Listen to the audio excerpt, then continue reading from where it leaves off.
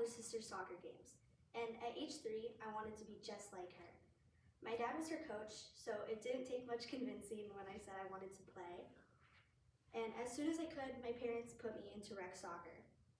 Watching the teams work together and the excitement of the crowd when they would make a goal was the best feeling ever at the time. I fell in love with the sport, but not because of my sister anymore. It was my own skills and my own games now.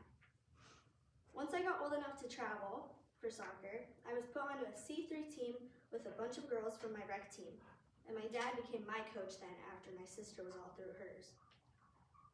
My father being the coach meant wake up, soccer, eat, soccer, school, practice, extra practice, sleep, repeat. I had to learn to separate my father from home life and on the field, which at a young age made for quite some complications and arguments back home. I was pushed because although soccer was my life, it was also the only thing I was able to do outside of school. I didn't really get to hang out with friends anymore or any of that. But it was still my biggest dream and passion to be out there on the field, and I wanted to go pro. Once I got to 8th grade, my mental health wasn't on a landslide because COVID, and I just wasn't at school or on the field anymore. And at that point, I couldn't even remember how to play soccer. I ended up having to leave after making it to C1, which if you know soccer, you know that during travel, C1 is the highest you can get.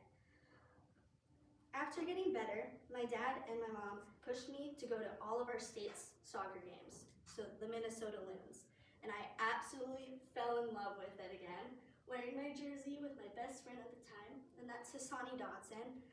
He's not the best, but in my opinion, he's pretty cool. I agreed to go to those games because I thought it would make my parents happy, and I thought that if they were happier, maybe I could learn to be happy too. But immediately after arriving the first time to the field and seeing all those soccer players kicking around the ball again, all the big crowd with all of the scarves, I realized that I still love soccer. So in the end, soccer is a major factor in my family's life. So even though we no longer play or coach, we always end up going straight back to soccer. I don't see a time in my life where I would ever fully give it up again.